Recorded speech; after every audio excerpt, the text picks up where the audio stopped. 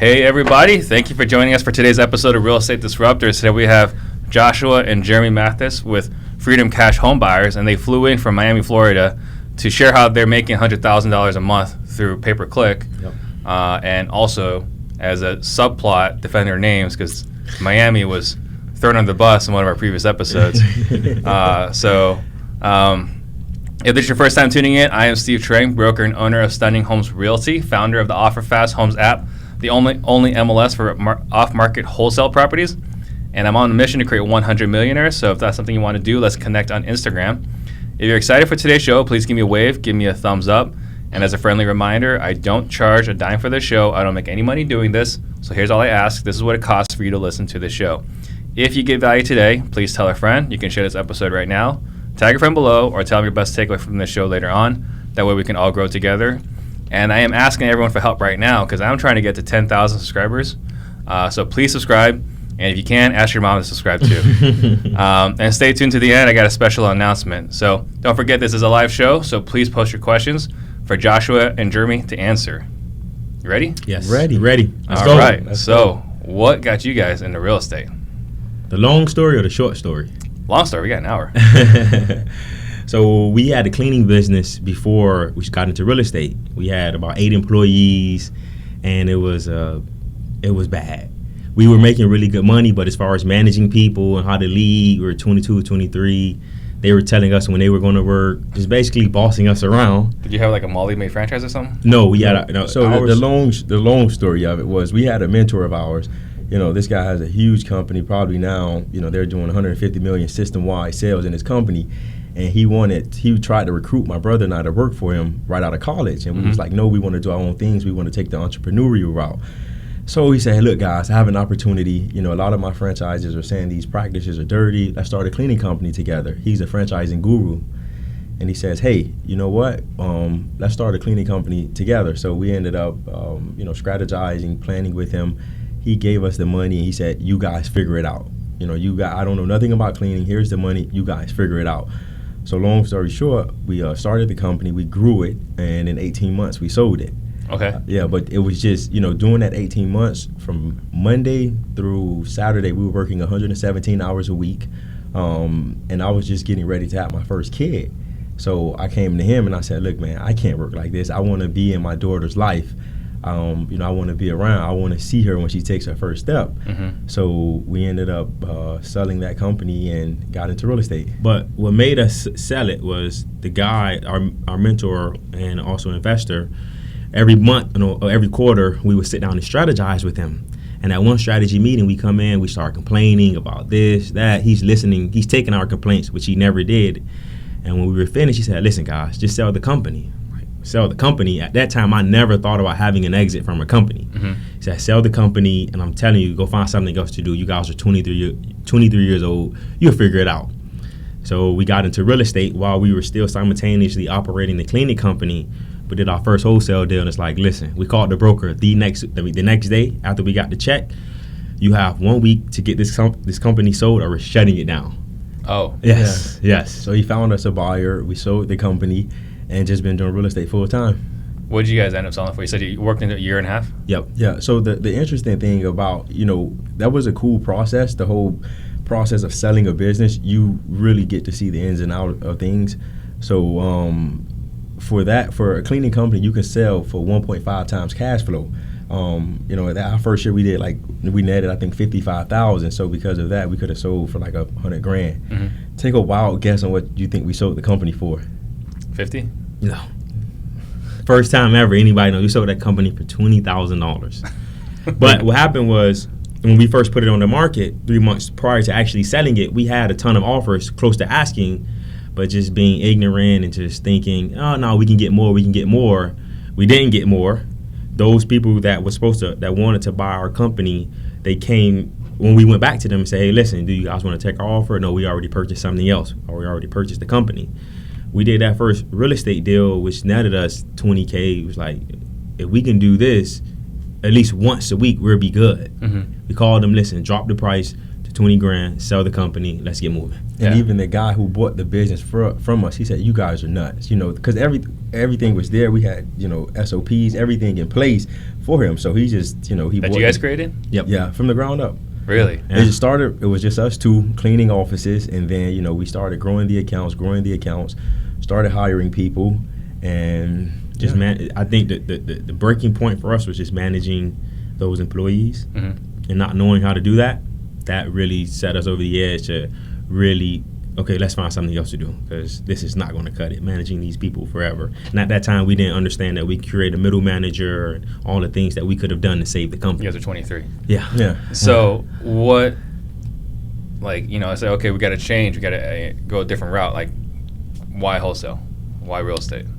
Well, when we first focused on real estate, it was fix and flip like everybody. Because most people, you don't learn about wholesale, at least from my opinion, until you actually get into real estate, because HGTV glamorizes the the fix and flip model. Those guys that get all the glory. Right, right. Yeah. And you say, oh, I can do that, I want to do that, and then you get in and say, wait, there's an easier way, less risk, possibly no the risk same, at all. Well, really no risk at all, and I can make the same type of money as them. And that's kind of what led us to wholesale. Okay. So, but you guys weren't flipping. You guys just jumped straight into wholesale. Yes, we jumped straight into wholesale. So who kind of guided, showed you guys the way? We had we heard it. Well, we heard one of those ads on the radio. Oh, come to my event. I'll teach you real estate. Mm-hmm. We went to it, and before you know it, we maxed out our credit cards. And before we did our first deal, we were like $72,000 in debt. Yeah. From seminars. Yeah, from seminars. And the greatest lesson we learned from those seminars was, hey, join your local RIA. So we talked to a buddy of ours. He's a successful broker down in Miami, and we said, hey, man, we want to do some real estate investing. And he said, man, you guys should talk to one of my friends. He's good. He owns the local RIA. He can help you guys out. So one thing led to another. He introduced us to the guy, and it's just taking off from there. Yeah, it's crazy. I had someone, they were asking, someone was asking, I won't mention the name of the event, but they're like, I'm thinking about going to whatever, and my advice always is go. You can't get too much information. Just, you gotta treat it like a strip club. You gotta leave your wallet at home. That is a great way to put it. I love it. That is a great way to put it, because when they get you there, You're excited. They get you excited. They do a great job of selling. Your average profit is $45,000 on the deal. You do one deal, you pay us back, and not bad mouthing those guys, but it was just something I won't ever do again. Yeah. Okay. So you got some education from the seminar, and then you got some more information from the RIA group. Yes. We got zero education from the seminar, except zero. Go join your local RIA.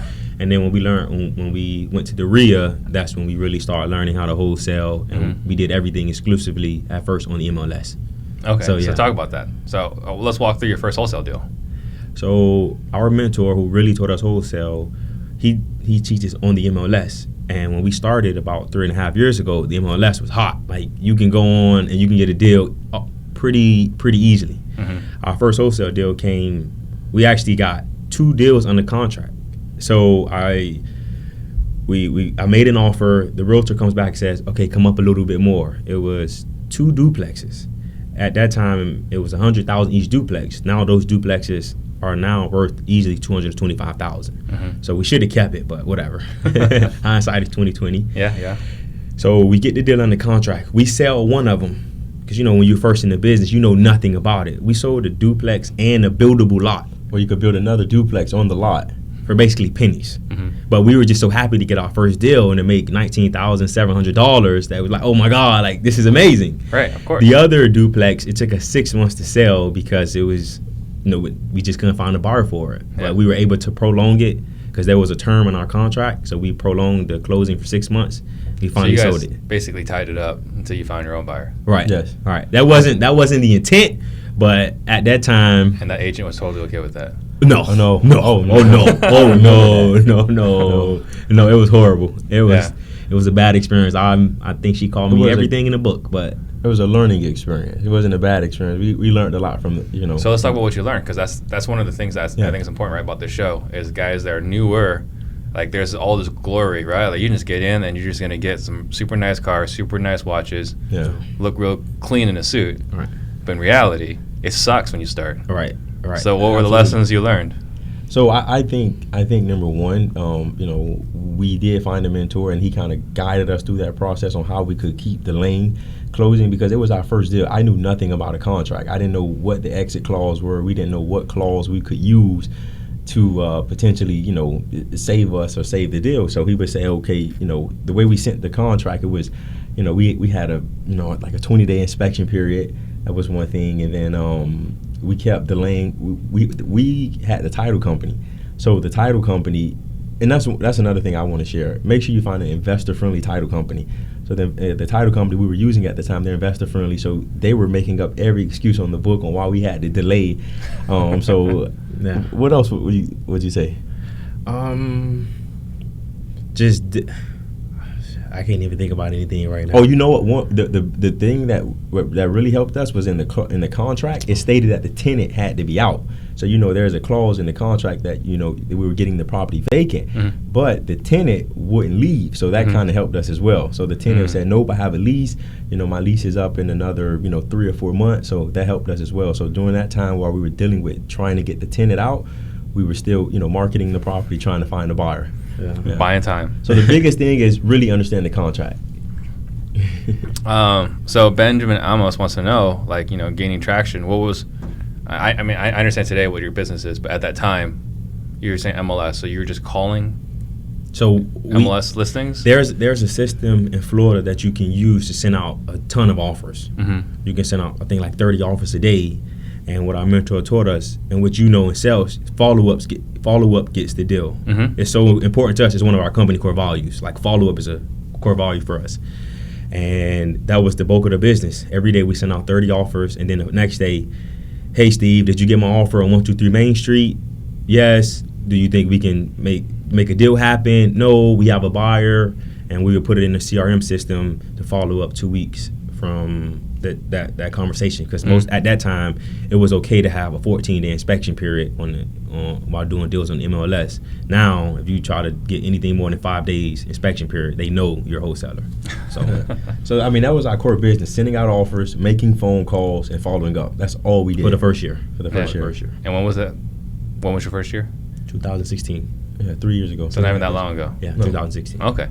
And then Christian Uberis wants to know, what title company do you guys currently use in Miami? We use a company called Cooperative Title. It's owned by a lawyer. That's a friendly name. Yeah, Cooperative Title. Really great title company. Yeah. So then you guys have any other struggles in the beginning? Just like everybody, trying to understand the business, trying to find deals, trying to learn how to sell deals and find buyers. The typical struggles is what we had our first year in the business. I mean, I think what really helped us though is we had each other, because as you know, you're struggling trying to find that first deal. You're struggling trying to get that first deal, and there was days I'm like, man, I don't know, because remember now I'm getting ready to have a kid. I don't have no money, so I'm like, look, Jeremy, I can't keep fooling around. Like, have a kid to take care of. Because it took us 3 months to get our first deal, and mind you, we both were working 9 to 5. We totally neglected the cleaning company. It was like, whatever, if it goes by the wayside, whatever, we'll figure out a way to pay the investor back. So it took us really 3 full months to get our first deal on the contract. Well, our first deal was really 2 deals. So to get it under contract, but another 5 months to close them. Yeah. So 5 months to get the paycheck, which is the important part. So then, how is your operation different than your buddies in Tampa? When we're in Miami. Right now, I think it's different because our only focus right now is online. We do all of our advertising online. That's how we do our lead generation. That's our business online. Okay. Now, that's got to be somewhat brutal, because I've done a lot of pay-per-click, right? I don't know if you heard me talk about this, but let's see, 6 years ago, it was just me and Sean Terry. Right. That was it. Yeah. There were a couple other guys, but they weren't consistent. Right. Today, I was actually looking at it. So back in 2012, my cost per click was like $2.30, and my cost per phone number, right? Not necessarily a right phone number, just cost per lead was $12. Ooh, wow. Can't get that today. Not at all. I would kill for that, right? Right. So eventually it became like, wow, this is just stupid expensive. So how are you guys able to sustain pay-per-click Like, is there not a lot of guys doing it, or what would you say is your competitive advantage there? There are a ton of guys doing it. It's just for us, when we first made the decision. So let's talk about how we made the decision to go online. Yeah. So we're in the MLS. We're doing 10 to 20 deals a month. And I'm talking about our average was about 20, 25K per deal. 10 to 20 a month through the MLS. Right, through the MLS. Like we were hitting the phones. Like Okay. if one thing about us, we know hard work. Okay. So at one point, it started to dry up a little bit. Instead of doing like a consistently between 10 to 20, sometimes we'll do like 7, 5. And I came there 1 month. I'm like, listen, this thing is about to dry up. We need to find a different method. I want to go online. No, let's do mail, because at the time all the gurus were preaching mail. And Older gurus are still preaching mail. right, well, yeah, yeah, they still are. But he was like, man, let's do mail. So for about a month, almost to a fist fight, I told him, if I want to go, I want to do what everybody else is not doing. So if everybody's doing cold calling and mail, I want to go and do online advertising. At that time, we knew nothing about it, but we had a buddy who knew more about it. He connected us with another guy who was like an online advertising nerd. So we met with the guy, and the guy said, listen, give me 6 months, and you guys are basically going to flush your money down the toilet. So at the time, we were doing okay. So it was like, you know what? This could be something that's great for the business long run. Those first 6, 8 months was tough. Just to see money going down the toilet, no leads coming in. But the guy, over time, what he figured out was, okay, the reason why most people spend so much on PPC, they want to do a ton of keywords. What he did was he simplified the keywords. So we only go after a few keywords. And another thing that he did was make sure that we're not focusing strictly on PPC. We have other ways to find people online that are cheaper. So right now, the average cost per click in the South Florida area is well over $40. Our average cost per click now is $4. But we do other things online, like retargeting, display retargeting, and other things, so to help us out, to really to reduce that. That was a really turning point of our business, because like I didn't want to go online. I did not want to do it. Nobody was doing it, and I'm saying, look, everybody's doing mail. We should get into mail. Everybody's saying, mail has the highest, return on investment.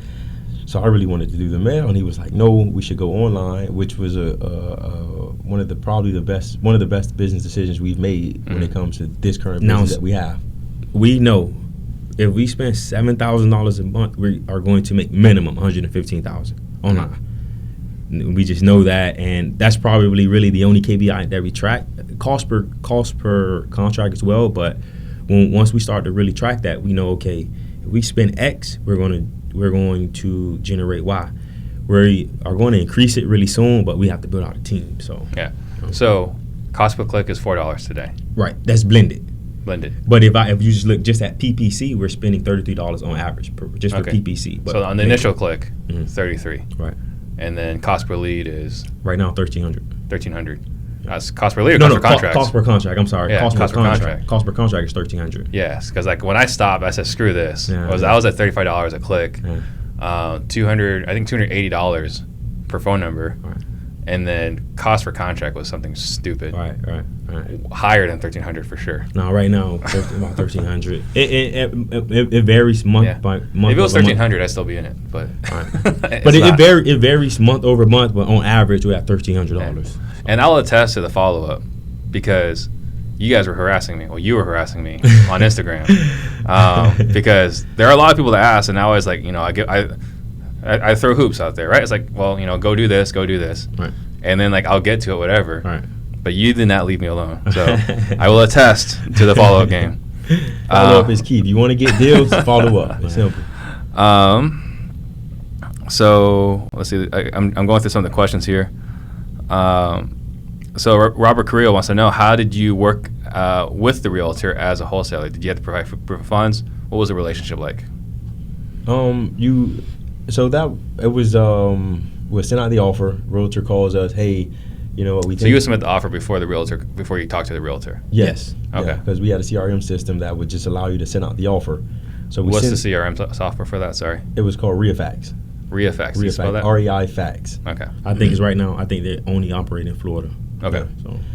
So we were using that to send out the offers. We would send the offer. Realtor calls us and say, hey, we're thinking about accepting your offer. We need a proof of funds. Our mentor at the time, he would give us a proof of funds saying, hey, these guys have a $400,000 line of credit. We would use his proof of funds and send that to the realtor.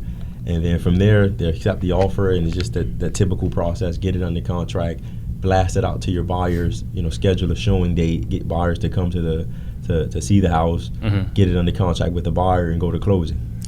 So typically, what percentage do you guys base off ARV, based off list price? I imagine you guys base off ARV, your offer. We were just, so in the CRM system, what was pretty cool, it allowed you just to set, so they had their own way of doing, I guess, ARV, so you can set it to send out the offers at 70, 75%. So we would, most of the time, we would just click 20 properties and just send a blind offer. We didn't do no math, no numbers. We know we just had it set at 70% to send the offer. And a lot of times, it would take, that sales cycle was probably 3 to 4 months before we got a call back, because that realtor has been through other wholesalers who's offered too much, or they've been through so many finance buyers, and they see we're consistently following up with them, so they're saying, hey, you know what, these guys are serious, they want to buy, and they'll accept the offer. They're just giving up because you're like George Foreman, where it's like, I'm going to work with these guys, or they won't leave me alone. Right. I'm not going to leave you alone. All right. So do you guys still work with agents? We just discontinued that 2 months ago. Yeah. 2 months ago? Yep. Because we tried to continue to do it with VAs, but we just realized that we were making $5,000-7,000 on a deal, and it wasn't too low. Yeah, it just wasn't worth our time. We said, let's build out a real team around PPC, and we can do something really, really amazing, which is what we're in process of doing. Gotcha. Josh Bennett wants to know what CRM you guys are using Right now, Notes on my phone. The Notes app on my phone. No. Right. Guaranteed. We are building out a Podio. We're building out a Podio right now. We're spending a ton of money building out a Podio system, but it was people when we tell people that, they say no way. Yeah, but for me, I was trying to stay in the seat and not jump over the table. we have missed out on some deals because of it. But and I'm in charge of acquisitions. He's dispositions. What works for me is, I genuinely care about people, and most of the people, one thing I love about PPC, most of our leads are really highly motivated sellers. They really want to sell. This is not something where I want to go and try to bid. No, these people want to sell. So with me actually caring about their needs and fulfilling their needs, so I just have an innate ability to remember, okay, I know that this person said call them back on this day, because at that point they are going to hear back from the bank as to whether they got the loan mod or not. So, but because we've missed out on so many deals, we now should have a Podio up and running in about 2 weeks. 2 weeks, yeah. Yeah, it's been about 2 month process doing it. And Janae King wants to know, do you guys think wholesaling is oversaturated? Yes, I do. I think it's oversaturated, but I still think you can get deals. Right. Because one thing that we just left some of the guys out here in AZ, Jesse and Josiah, and I first of all, I love the culture that you guys have out in Arizona. To see how many deals you guys are doing per month, and you guys all know each other, that shows me that there are a ton of deals out there. You just have to know how to find them. Yes, I think there are a ton of wholesalers now, but there are a ton of a lot of deals. And a lot of people are falling off, because a lot of people say, I want to get into the game, and they see it. This is hard work. It's not just, I'm going to get a deal, I'm going to make 20 grand on the deal. No, you got to market, you got to follow up, you got to go through that process. So, you get a lot of people that come in, and a lot of people that just leave, because one thing that we do, we're big on giving back. And we have what's called Impactful Hour. And once a week, we meet with anybody in our community that reach out to us and say, hey, I want to learn about real estate. So we say, hey, come to my office, schedule with our assistant, come to the office, and you get an hour of our time. You can ask any question that you want. And a lot of people, they're excited. 3 weeks in, man, I called the seller. This didn't work out, that didn't work out, and you never hear from them. So a lot of people want to get into the business, and then they see this is hard work, then they just... The checks are sexy. Yes, definitely they are. The work is not as sexy at all. So then George Gonzalez wants to know how much you guys are spending on a monthly basis. I heard you say 7,000. Yeah, right now we still are at 7, but within the next within the next month or so, we're going to increase that. The only reason why we're at 7 is because we don't have a full team, and what's starting to happen is we're generating so many leads. I'm on the phone, and I believe The only way you win in business is if you pick up your phone. Just pick up your phone, and you've done half of your job. At least in my opinion. And to speak on that, sorry to go, like, I don't understand how a lot of guys are in business and they don't answer their phone. I just don't get it. Like, I can understand you're Grant Cardone, but come on, like a lot of guys that we reach out to just don't answer the phone. Or even like we sent the guy a lead, and it was in Florida. We wasn't in this part of Florida, and we told the guy, like, work the lead. The guy he wouldn't answer his phone. He wouldn't return the text messages.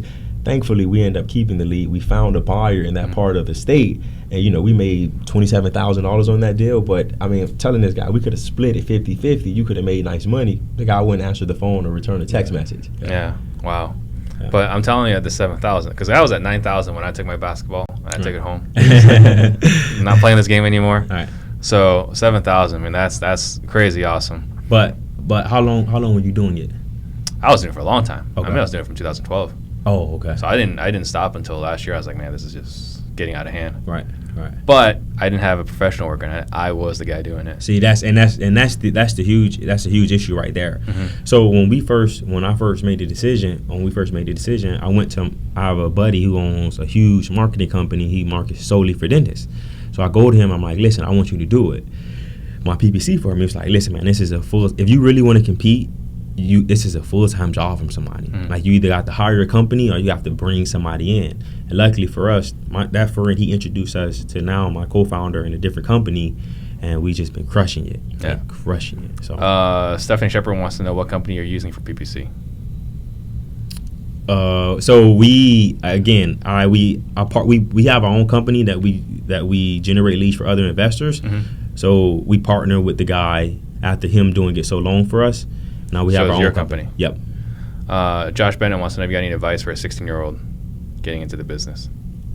Hard work, and then accountability. Yeah. Accountability is, everybody talks about hard work, discipline, and consistency. Accountability has transformed our business.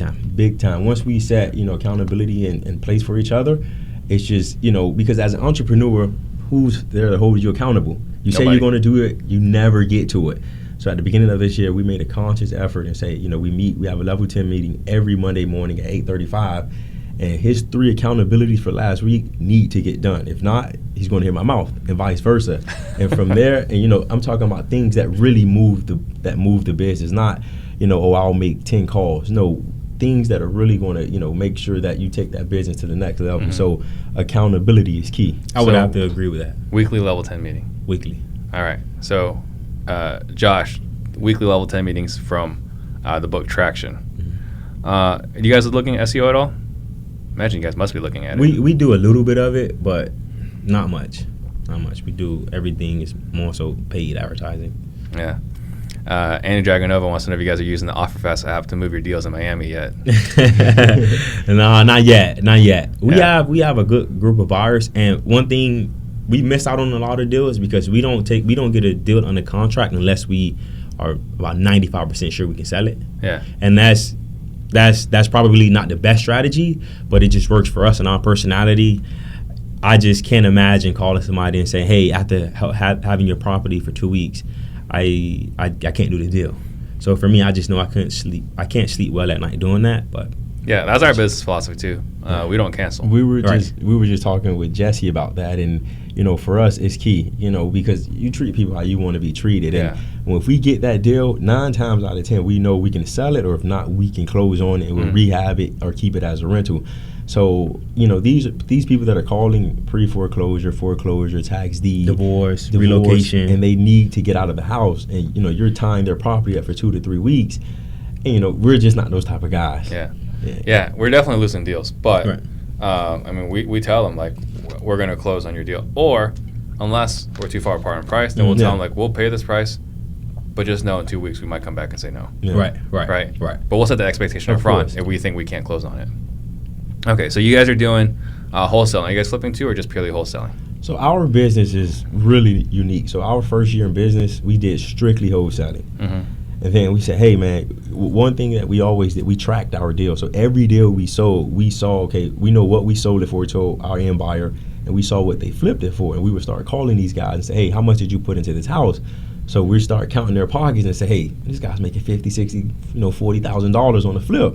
So our second year, we switch everything. We start flipping, just only doing flipping, 3 to 5 flips a month. And then you see, flipping is fun, it's cool for social media, but when you have to deal with contractors, squatters, people stealing out of the property. AC's growing legs. The biggest issue is cash flow problems where your work, you have, $400,000, $500,000 out in expenses and nothing coming back in, and you got to take a line of credit. And then we said, you know what, we need to switch back to wholesaling, which is, a great decision that we made. Yeah. I agree with this philosophy. We did the flipping thing. It sucks. We did it backwards. You know how most people, they grow a business, scale it, and then leave it. We grew a business and said, you know what, we're going to leave it a little bit. Then we went to, so year 2 was more so rehabs. And then year 3, which was last year, building our rental portfolio. And then now we're sitting back like, damn, we don't have a team. We need a team. Right now, it's just purely wholesale. So let's talk about that, the team. What does your team look like today? Dispositions, acquisitions. We have a transaction coordinator. We had an assistant who quit us on Monday. Oh, yeah. That was fun. But that one thing I want to share about that though is if you have good talent, you got to pay for talent. And for us, she came highly qualified. She was good, and it was 2 things. It was, because she thought, okay, these guys are asking me to do one thing, but then she came in and she saw it was a lot more. And then 2, she had other aspirations. She had other things that she wanted to do, as far as having kids and things like that. So it wasn't the best fit for her. But yeah. So the dispositions, acquisitions. We have a transaction coordinator. And how many VAs? 5 VAs. 5 VAs. And what do the VAs handle? So one is list building, because we're really focusing on building our buyers list. So 2 of them focus strictly on just building a better buyer list for us, because we started to track our numbers, and before we used to focus solely on acquisitions, and we would use people like Keegley we never use Keegley, but it's people, other wholesalers to sell our deals that had a strong buyers list. And then you look at your numbers and you say, in 1 year you paid out $140,000 to somebody. I can hire somebody, 3 people full time to build that list for me, to build buyers. So now we're focusing on really building out a strong buyer list. So we get to a point where, okay, if we have a deal in a certain zip code, we should be able to go to this list, call the 7 buyers that have all bought, fix or flip or rental, whatever that deal is, and say, hey, we have a deal similar to the one you bought down the street. You should take a look at it. So that's one thing. Another thing is building lists. So, for foreclosures, pre-foreclosure, things like that. And the last VA just does some miscellaneous tasks, Gotcha. Little things. Yeah. Okay. So the assistant that you had that quit, what was she doing? Making our life so much easier. So much easier. And for us, when she came in, we was very clear on what we wanted. So what we really wanted from her was to understand our entire business, because, we travel, we're doing this, we're doing that. And certain times, be like, now I'm on your show, he's doing acquisitions. He's probably getting a phone call right now, and we're missing out on that lead. So that lead would have went to her, and she would have kind of pre-qualified that lead. She would putting together contracts for us, managing the VAs. We're building out our office. We expanded the office. We're getting ready to build out the sales team.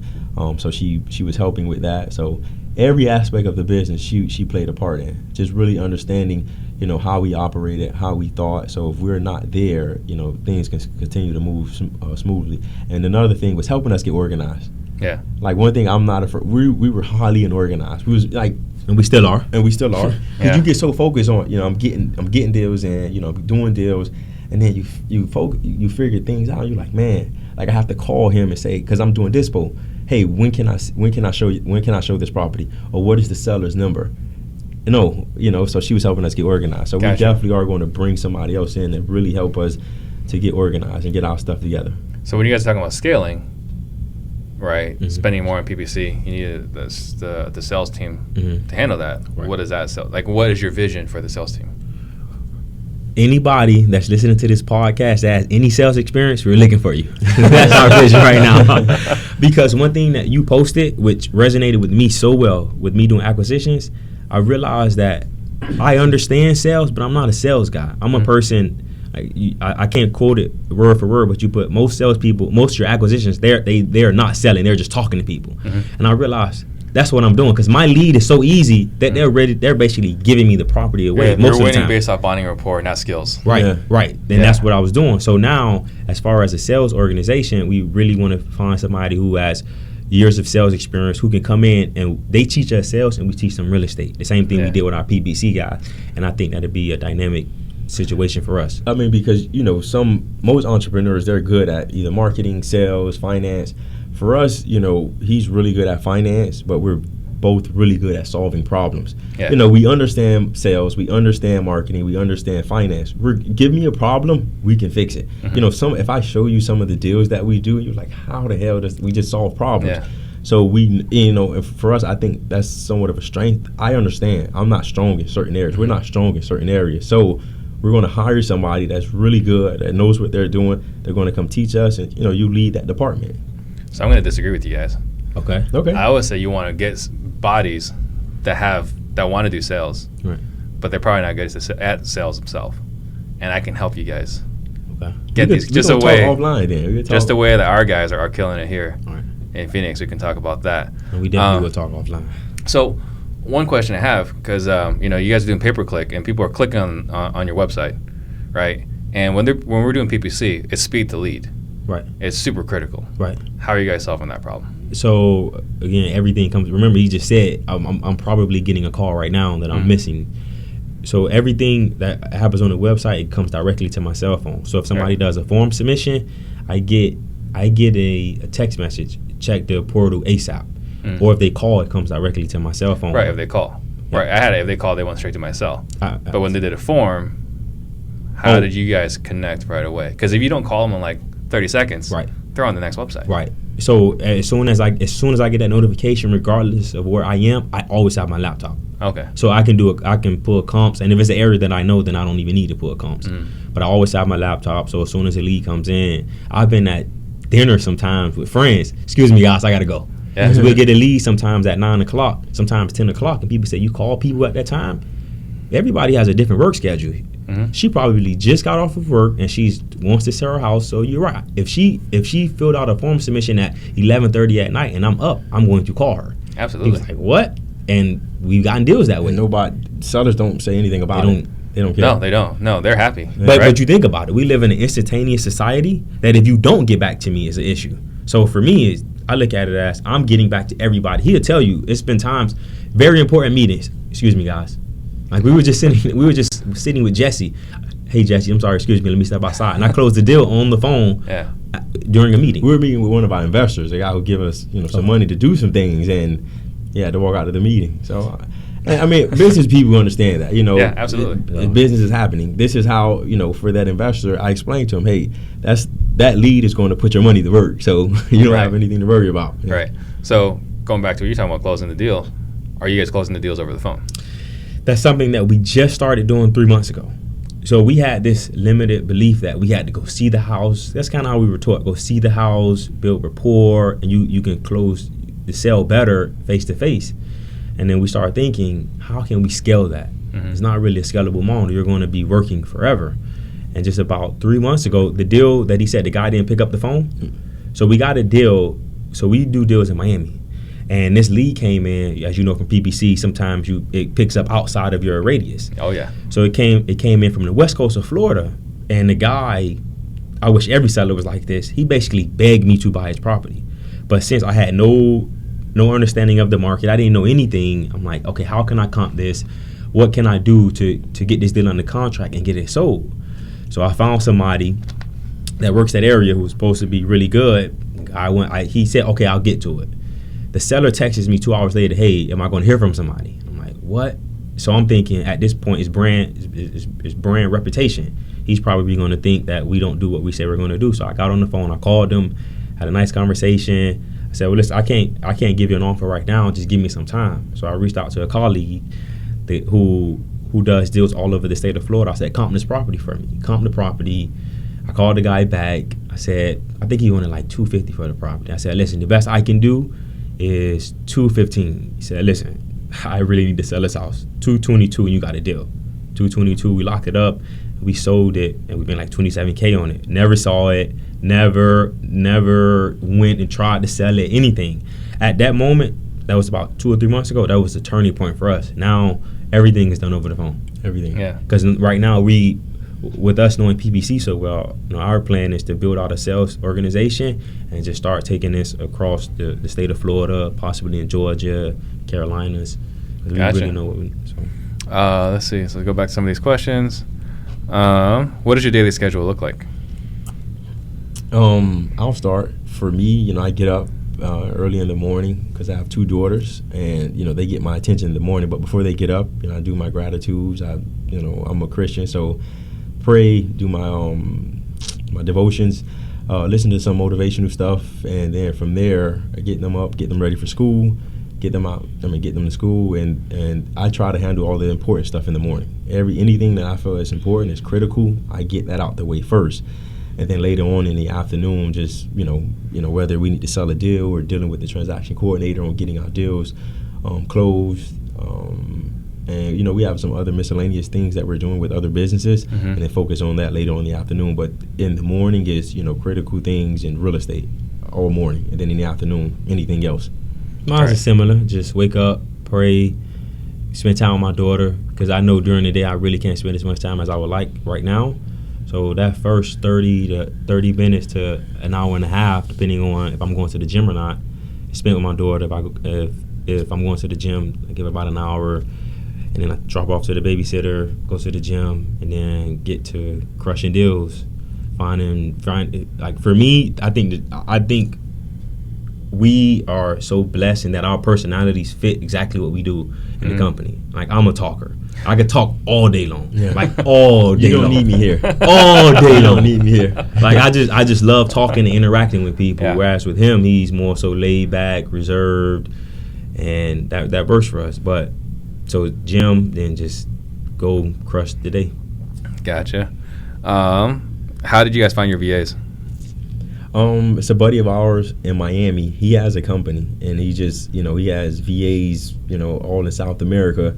And you say, hey, I need a VA to do this. And he has a very, very nice team down there in South America. So he puts me in contact with his manager. I explain to her exactly what we're looking for and what we're trying to do, and she finds the fit, and it's been working well. Gotcha. Jesse Burrell wants to know. What's up, Jesse? Jesse! What's up, baby? My new best friend. Love that guy. What's your favorite book? The Energy Bus. By far, any entrepreneur, you have to read The Energy Bus. It's an easy read. It's simple. I read, but it's more so of. But that book took me a week to read, and it's easy read. It's 10 steps that you can not only implement in your personal life, but in your business as well. So highly recommend The Energy Bus. Anybody that joins our team, that's not negotiable. You have to read that book. Because at first, when he told me to read the book, I'm more of a reader than he is, but I like to read about finance and how did Steve Train go from 0 to 100. I love reading other people's stories. Mm-hmm. So he comes to me with this self-help book. I'm like, listen, I don't want to read this. Like, man, just please read it. I read the first 5 pages, fell in love, and that's a book that if I had to give a book to somebody, they say, give me a life-changing book, is that book. Because it just talks about you control your energy, you control what happens in your life. Whereas we live in a society now, at least in my belief, it's your fault that I can't do this and this and that. No, it's not Steve's fault. It's your fault. Right. But yeah. Good. That's awesome. So I'm getting this question from a few different people: is if someone wanted to get started online, how much do they have to have saved up? When we first started, we were spending $2,500 when we first started. But remember, the first 6 months was we knew we were not going to do really any deals. I would say right now in this market with everybody doing it, we spend $7K, but I know we are an anomaly. I'm not saying that to be arrogant, but I would say minimum, because we just took on a customer and she's spending $4,000 and she's doing pretty good. Let me retract that a little bit. It depends on your market, because if I'm spending $4,000 in Arizona and I'm just starting, I don't know what I'm doing, you're going to say PPC is a waste of time, it's trash. So I think it depends on your market, but I would say $4,000 to $5,000 is a good budget to start with. But then again, that's a lot of money for a lot of people. Absolutely. So gotcha. I know by the end of this year we're going to be spending minimum $25K online. So let's see. So you guys aren't pulling any data? Not right now. Not right now. We're starting in a month. We will be. Okay. So what are you guys gonna be pulling? We're going to start cold calling. And it's just simply, if you want to really scale, you can't just focus on one source of marketing. You have to have deals coming in from, every. So nobody's question was, what are we going to be pulling? Oh, different data. Same thing everybody else. Pre-foreclosures, foreclosures, tax deeds, absentee owners, high equity, no equity. Same thing everybody else is pulling, really. Yeah. But we're going to focus on motivated sellers, which are foreclosures, tax defaults. That's where we're going to put a lot of our energy because, we want to focus on, where there's some motivation or people should have some motivation to sell. Yeah. Everybody, a lot of people talk about the absentee owners, but I told them if we do this, I just want to focus on motivated sellers. I know everybody else, a lot of people are going to be hitting them as well, but that's really what I want to focus on until we really grow out and we can start doing other things, targeting other people.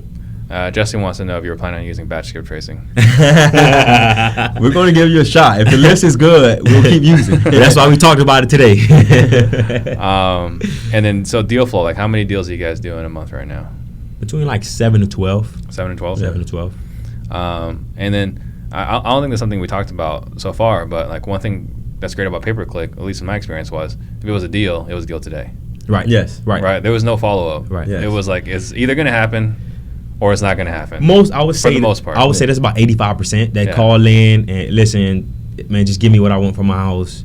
And if we can do it, we can do it. If not, then we try to negotiate. But most of the time, 85% of those leads are people that are looking to sell today. Yeah. Like it's been times where somebody's house, and this has happened multiple times, the house is going to the tax sale the next week, and we have to put up the $15,000, $25,000 to stop the sale without doing a title and a lien search. Mm-hmm. So we are a risky company, and we'll do that. I know most people won't, but yes, those people, 85%. We just did that where we bought 50% of a property, and we come to find out it was fraud. It was horrible. That was a bad experience. Oh, what was that? So this guy contacted us, and he was like, listen, I co-own this house with my dad, about just giving me a bunch of BS. Well, no, it wasn't, because on county records, everything. If everything checked out, he was on county records. He sent us the deed. He sent us everything. And my attorney saw the deed. My attorney saw everything. My attorney said, listen, it's no way you guys can lose this. Come to find out, we get a call from the police. This was about 2 weeks ago. In the state attorney's office. Hey, you guys are involved in a fraudulent transaction. And I was just one of the few times, I don't drive with him a lot, but I put it on speaker. I said, listen to this. You guys are involved in fraud, and you guys purchased a property. And I'm like, listen, I don't know if this is a prank or not. And he said, no, sir, this is the lieutenant for blank blank police department. I'm like, okay, this is serious. I said, just tell me what's going on. He said, well, it's not really your fault. The person that did it to us, he said they've done this. Fraudster. He's a known fraudster. He's a big time drug dealer. The money that you guys fronted him for 50% of the house, he used that to hire an attorney to get him out of this case. And we're just like, this is ridiculous. This is crazy. Yeah. I think that's what Jamil was talking about. It happens a lot. Yeah. Okay. So then dispositioning. So you're in charge of dispositions. Yes. What's the disposition process? For us, people think I need this huge list of buyers. We sell 90% of our deals to the same, 7 to 10 guys. These are all guys we know and trust. A lot of these guys go see the property for us. But to answer your question, a lead comes in, he gets it under contract, he sends it over to me, and I take a look at it and I say, okay, I do my comps. What can we sell it for? And for us, we probably price it just below. It depends on the area, because there are some super hot areas in Miami where I know we'll get some guy to pay well over what he should be paying for it. Mm-hmm. So he sends it over to me. We'll price it out, and certain times, 80% of our deals we probably sell just off a phone call. And then the deals that we cannot sell through a phone call, or guys don't give us the number that we think we can get for it, we'll send it out to our list, and then we'll get buyers that call in and say, hey, I want to take a look at it, or we get a wholesaler that has a buyer, mm-hmm. and we'll go through that whole process of showing them the house and going into contract. Okay, so VIPs, then the list, and if you guys can't sell it through the list, then what? That's rare. Remember, I told you most of the deals we get, we pretty much know we're going to sell it. Yeah. And like we miss out on a lot of deals doing it that way. But Jesse, thank God for him, he showed us a different way, that something else that we can do. Yeah. So when there's a slight chance that we can't sell it, to set the expectation up front with the seller, and just basically do an option contract with them. So, yeah, that's what we do. Right. What markets are you guys in? Miami and Fort Lauderdale. That's it for now. What are your overhead? And we talked about your marketing budget. What's your overhead? $35K. That's including paying ourselves, paying all the VAs, paying the TC. We believe in lean. We try to operate as lean as possible. So I mean, our office is nice, but it's not some big fancy office. Lean is a principle that we live by. Yeah. We try to make as much happens with as minimal people as possible. 35 sounds like a lot. So are you guys paying yourself like very well? Okay. Just want to make sure. No, he's doing okay. He does better than I do. Okay. Any valuable resources that people need to check out? Obviously the MLS. That's very valuable. We use the MLS every day. And one resource that probably people don't think about, but find a mentor. Find somebody that's doing what you're trying to do, and if they're willing to take on you as a mentee, ask them questions and pay the money, questions, pay for their time, which is key. Pay for their time, and ask them as many questions as you can. Yeah. And you guys have, you said 1 hour every week set aside just for that. Yes, for people that anybody reaches out to us, probably on a Tuesday or Wednesday night, because those are kind of slower days for us. But it'll be like 7 o'clock at night, maybe 8 o'clock. Come into the office. You can ask any question you want. I don't care what it is. Ask anything. We are really open book, so we don't mind sharing anything. Because you think about our business, we all do the same thing. Yeah. Think about it. We all do the same thing. We're good at PPC. You're good at this. That person is good at cold calling. But we all do the same. There's no secrets. There's no trades. Because you look at this business, businesses that get bought are businesses that have intellectual property. There's no intellectual property in wholesaling. Yeah. When have you seen a wholesale company get, bought out by private equity? Never. Not yet. Not yet, but I'm hoping. Okay, so what is there like a CRM tool or system that you guys could not live without? The MLS. MLS? Yeah, that's about the only thing that we really And use. him for his cell phone, because he really keeps everything in the phone. That's crazy. It's crazy. But like I said, we're building out a Podio now, but just that. Gotcha.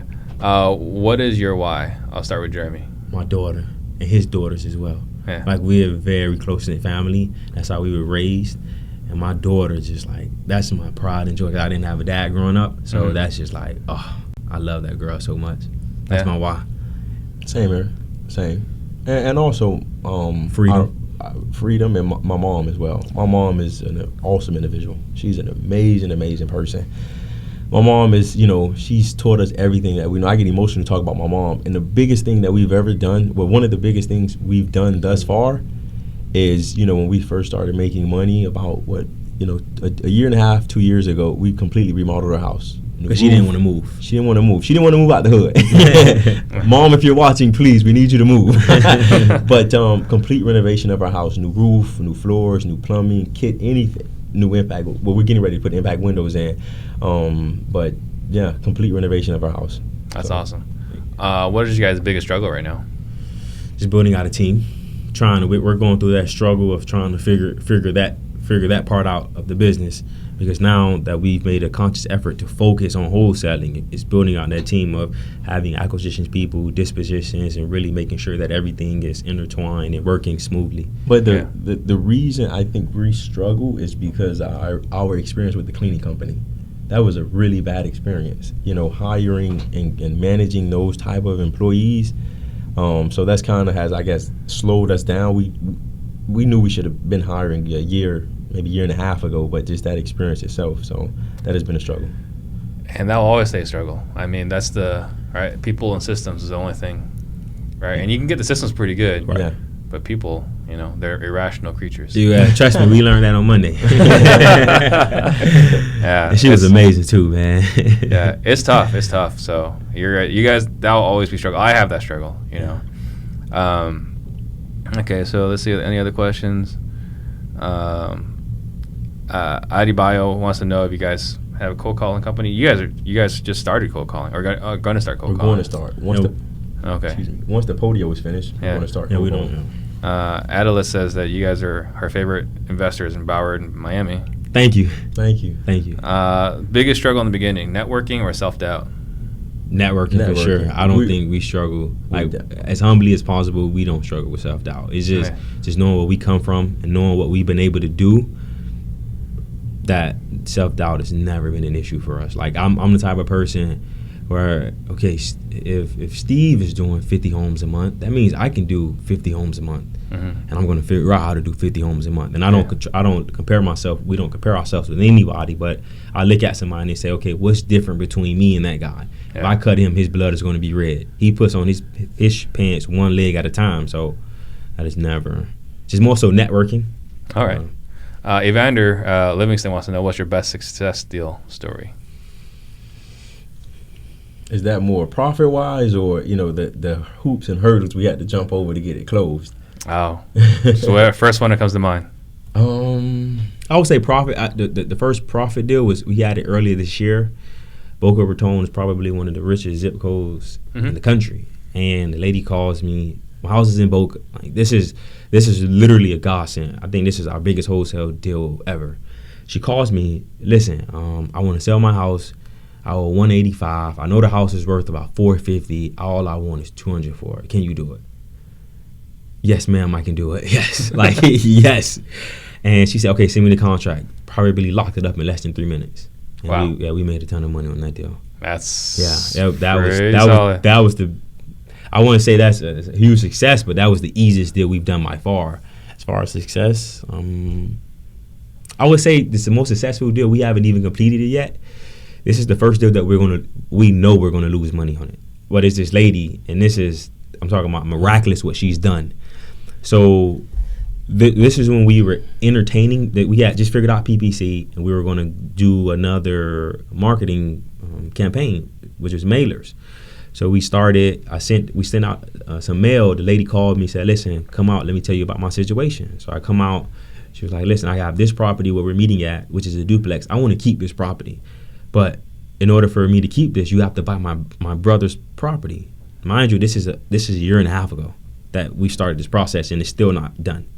So she was like, listen, if you buy my brother's property, you will allow me to keep my duplex, and my dream is to be a real estate investor. We're going to lose money on the deal just because it was a short sale. The house that we were buying, it was a short sale. The appraisal came back too high. There's a squatter in it, so we got to pay the squatter to leave. We got to deal with the horrible appraisal. We got to deal with the house that needs liens and violations. There's so many issues. But the reason why I want to do this deal is because I don't know how it works in Arizona, but in Florida, if your house is going to foreclosure, you can go before the judge and ask the judge to give you more time. This lady, for both houses combined, typically you can only go to the judge 3 times. She's going to the judge on each house. Well, for one property, it was 18 times, and the other one was 12. And every single time, she figures out a way to get that sale stopped. And I'm like, at this point, I'm like, listen, I know we're in this to make money, but we're really in this to help people. We started this because my mom went through foreclosure. We figured out how to get her out of foreclosure, and that was part of getting us into wholesaling and really helping people. Yeah. So that I think that would be the biggest success, because now I think she's closing on her property in about 2 weeks, the one that she wants to keep. So. And that's you touch on something that he said. The name of our company is Freedom Cash Home Buyers, and we live by the motto: we want to set people free from whatever situation they're facing, whether it's foreclosure, taxes, or I just want to move out of state because my daughter lives in another state. We want to set you free. So that's the name. That's how we came up with the name. Gotcha. Yeah. I'm going to ask you this question, and it's not me. It's Pace. I know. So, have you guys ever kissed the same girl, and they thought it was the same person? They didn't think it was. They knew it was somebody different. Yeah. But yes, we have. Yes, Pace. We kissed the same girl. Yes, one time. All right, there you go, Pace. I love Pace. Let's see. Yeah, everyone's like, you got to answer Pace's question. You got to ask Pace's question. T. Bracey wants to know, how old are you guys? 27. We'll 28 Sunday. 28 on Sunday. So if you want to come to Miami and party with us, hit us up on Instagram. All right. And how would they hit you up on Instagram? Mathis Twins. Mathis Twins. That's our Instagram handle. Who runs it? We both do, but we're not the best at it. Like we Yeah. do it now to really build awareness, to try to help people, Yeah. and to really show people you're capable of doing anything that you set your mind to. So our Instagram is more so for inspiration, but I could tell you we both hate it. We hate posting, and I hate being on doing a story. But I understand it's a necessary evil, because if you do it right, you can be pretty good. You know, You're hanging out with Pace, right? You see how important it is. Yeah. Right. All right. What is you guys' favorite, best, or most interesting failure? For me, our most interesting failure is where we are right now, in that we don't have a team, a huge team, or the team that we should, to free up our time to do bigger things and different things. And that it's not really a failure. It's just more so like a lesson learned, that whatever the next company that we get involved in, to really, number one, learn how to let go. You can't do everything yourself. And Focus. Then focus. And if we would have focused 2.5 years ago, we would be way bigger than what we are. But everybody's journey is different. I wouldn't change my journey for anything. Like, I love my journey. So Yeah. Because now we know every aspect of real estate. development, like we've taken on development projects. I'm talking about houses with $1 million liens. Every facet of real estate, we have some experience. We've done in it. flipping, we've done wholesaling, rentals, Development, managing rental properties. So everything you That can sounds think awful. of. Yeah, it is. But you learn. All right, so I'm going to circle back with you guys for last thoughts. So before we do that, guys, due to multiple requests, Max Jimenez and I, we're going to be doing another workshop this coming September. So it's going to be September 20th and 21st, I believe. If you want to see if you qualify to come to our workshop in Phoenix, go to disruptors.com, fill that out. And next week, we got Jory Alston coming out as well from Miami to defend your guys' city. Yeah, let's go, jury. Yeah, so we're going to put Jamil in his place. So we already talked about how to reach you. So, guys, if you like the show, please share this episode right now. Rising tide does lift all boats. So we'll go with final thoughts. I'll start with Jeremy. Final thought is, anybody out there that's trying to get into this business, that's really trying to figure out how to maneuver this business, this is a very simple business. Don't do what I did. Overcomplicate things and overthink things. This is a very, very simple business. So just work hard at it. It is hard work, and just remember, follow up gets the deal. You asked us a question about our failures. One failure that we had, and this to tie into what I really want to say is, when you get into something, make sure you do your due diligence. Don't just take people's word for it, because that ad on the radio, if we would have properly done our due diligence, we wouldn't have been out of that money. It's a valuable lesson, but make sure you guys do your due diligence before you sign up with any mentors or spend money on whatever it is. And number two is just set accountabilities for yourself. Make sure you set accountabilities to for yourself and for your team, so that you continue to push your business forward. And just treat people. One of our core values is people over profit. So always treat people how you want to be treated. Mm-hmm. And we firmly believe that, I don't care how much money you can make on the deal. If you treat people the right way and you do the right things, that deal will come back to you. We missed out on a lot of deals just by, we know we could have made a lot of money on it, but we knew, okay, we'll probably have to do something wrong or cheat a person, and that's just not who we are. So people over profit. Always treat people with respect, be honest with people, and it'll always pay off better in the long run. Yep. Awesome. Thank you, guys. Thanks for having us on. Thank you. Thank you for having us. Thank you. Thank you. Finally.